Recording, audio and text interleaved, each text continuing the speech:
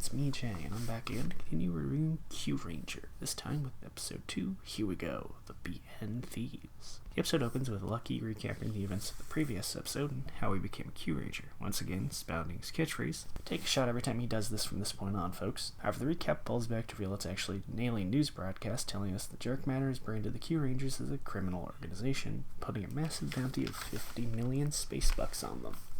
We pan out to show at the diner where Balance and Naga were hanging out at the end of last week, and Balance is mad at the Kyurangers because their bounty is 10 times larger. Naga laughs an incredibly awkward, painful laugh before asking Balance if that was right, Balance correcting him that he was supposed to get mad, and Naga getting disappointed, claiming that emotions are hard to get. We cut to the Orion with the Raptor giving a PowerPoint presentation on the organizational hierarchy of Dark Matter.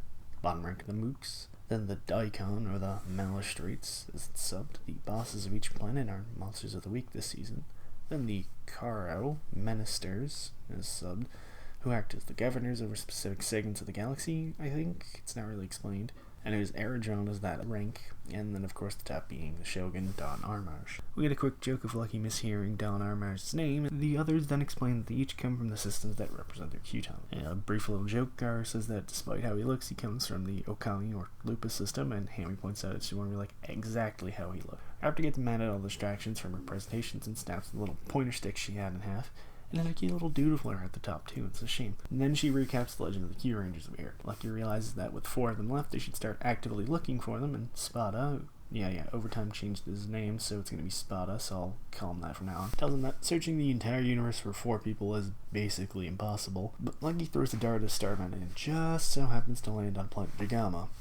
Lucky shouts catchphrase, and since it's pretty close to them, he hops in his Voyager and takes off, hitting the Orion's head in a quick look yag as we cut to the OP. Quick thing to note, they had some narrator exposition to the OP, and Lucky and Gar are now part of the team transformation. After the OP, we cut down to that one industrial plant Toei always uses with some CG bits placed around, aka Planet Jagama.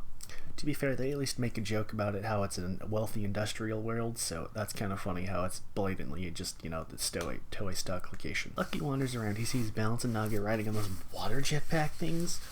Naga's face is conveniently burnt out, so you can't see that it's not actually him riding it. Anyways, they're riding around those as Dark Matter Mooks chase after them on jet skis. When they get close, though, they leap off and Balance hits a detonator, blowing up the pipeline, crushing the Mooks.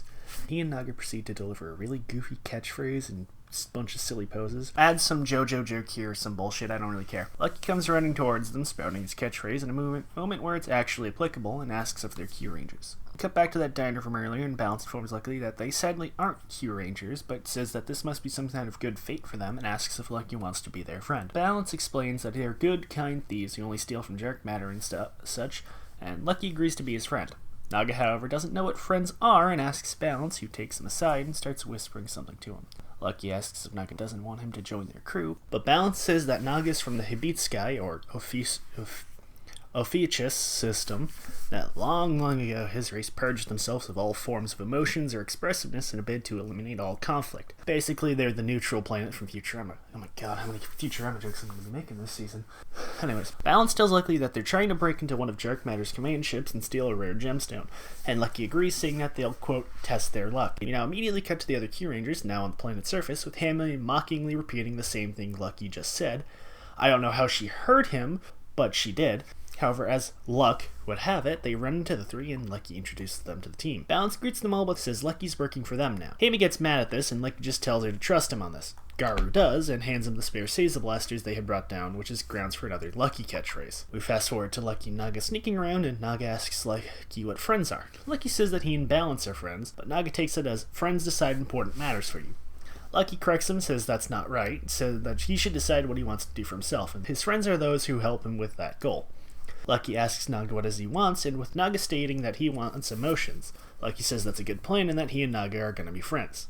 It's a neat little scene, and it serves to set up Naga's character and how his arc's going to be this season. So far he's reminded me of Chase, but only time will tell if he's going to be as great as Chase. Balance arrives and they keep moving. We quick cut to a fancy-looking throne room of Soets and our first Magistrate, drooling over the massive bounty on the Kyurangers and saying that he'll be rich as hell if they happen to arrive, conveniently getting told that, oh wait, they have. We cut back to the other Kyurangers wandering around as a huge squadron of mooks arrive and surround them. Before transforming, get fighting, and this scene does something really neat where when each Kyuranger transforms, they do their roll call and stuff. Neat little title card pops up, their names written in English, along with their Kyutama constellation in the background. It's got like a comic book filter on it. I think it's a really neat touch, and I hope it becomes a running thing that they do this season. It's not just this one-off thing. During the fight, we get to see more of how Garou fights when he's transforming. He's got a lot of flips and tackles, he fights like a fucking wolf man. And then he's got this really sweet POV shot of him leaping into the air and tackling some mooks. It's friggin' awesome. We also see that Hammy can turn invisible, which she uses to trick some of the mooks. Makes sense, she's like, the chameleon. Spotted uses his fucking pointy-ass helmet to stab a guy in the neck. And of all the special abilities and fighting styles and shit we see, that's my favorite. I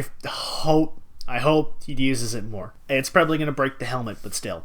During the fight, we cut back to Lucky and the other two infiltrating the Jargmatter ship, walking in what appears to be some kind of hangar bay. Lucky, like a complete dipshit, walks up to a big-ass red button on the wall and hits it, opening up some hangar bay doors and revealing a small army of mooks. Lucky, for some reason, finds his catchphrase worthy, and it seems like the idiot was looking for mooks to fight, and he transforms and starts fighting. We then immediately cut back to the others, having successfully beaten all the mook. Suddenly, Arajon arrives, dropping on top of some scaffolding and challenges them to a fight. Gar decides to charge forward and leap up to him, but he just knocks him straight right down to the ground, right on his ass, and he jumps down and starts fighting the others. The fight's a total curb stomp. Arajon barely gives any effort to fighting him and just knocks him around, and they retreat. We return to Lucky & Co, and he finishes off the mooks inside and detransforms.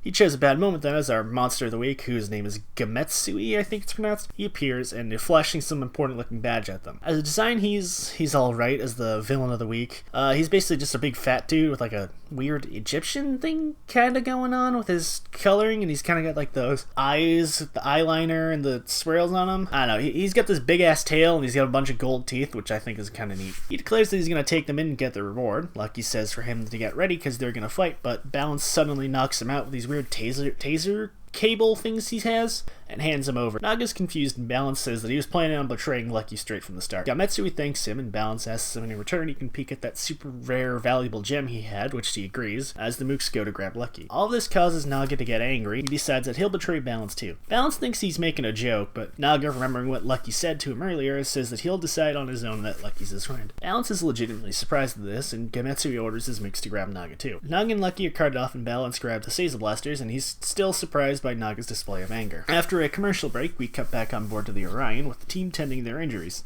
Hammy says that if each system has somebody like Arajon, that means there's going to be like 88 of them, and she says that they'll never be able to beat them all. I don't think that's going to be right, but it's too early to say, so. But Raptor assures her, saying that when they have the full team, they'll be able to do it. Spotty's feeling worried, though, since he mentions that they haven't been able to get a hold of Lucky, and we cut to find out why, and we see Lucky Naga suspended above a massive smelting pool. Lucky asks if this is part of Balance's plan, but Naga tells him no, it's not, and he's not coming back. But Lucky says that he believes in Balance, and that Naga should believe in Lucky, who believes in Balance. Did not intend that to be a Gurren Lagann reference. Speaking of, we then see Balance taking out some mooks in a big treasure hoard as he runs off with that gem he wanted. On his way out, he sees Naga and Lucky about to be executed and feels guilty. I think he feels guilty. It seems that way. It's hard to tell with no face. He has a flashback to an earlier job the two did, where Naga told Balance that his greatest treasure would be getting emotions, and that following Balance would be the right way to do it. Balance seems to realize his mistake, and we cut back to the other two, with Lucky having realized that things are over for him, and Gametsui begins the countdown.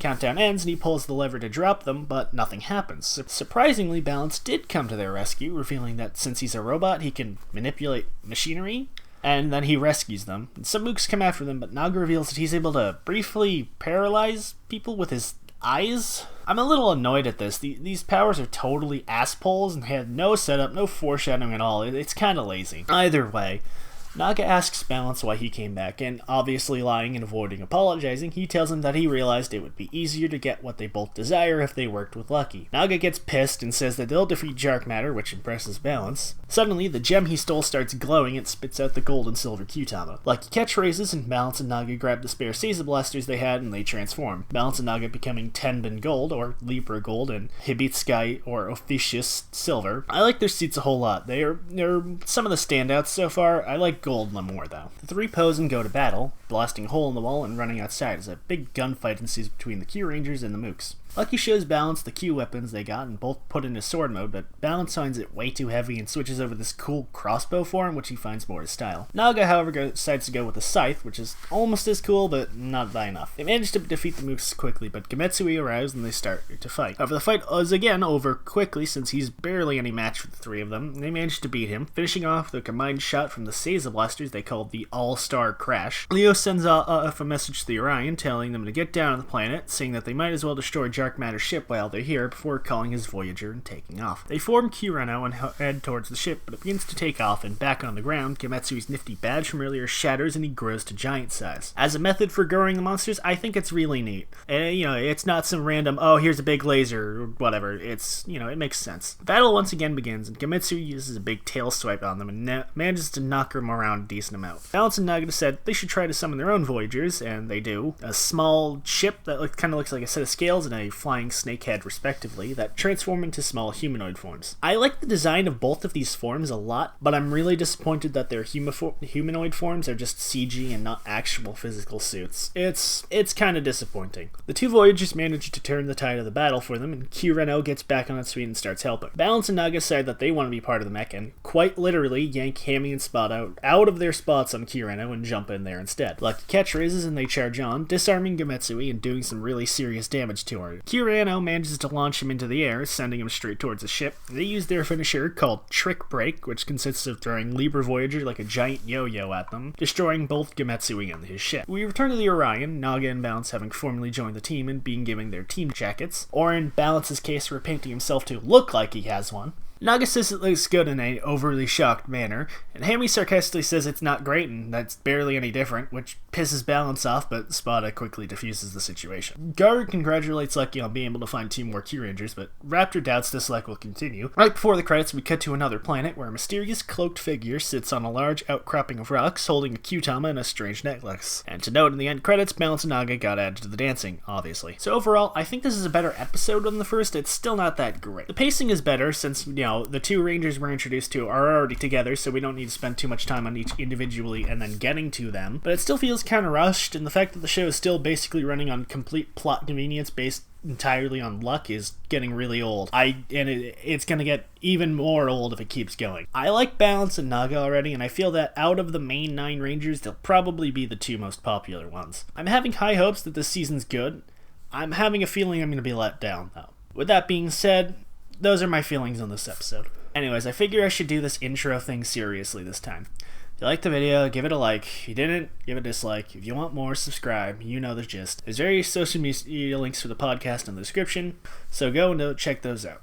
If you're a fan of wacky Toku stuff, I assume you are if you're following this channel, there's a link to my blog, Out of Context Toku. Check that out if you want. I assume if you're listening to this, you probably already follow me there anyways, since I usually post the episodes there. But anyways, that's it for me. Thanks for watching.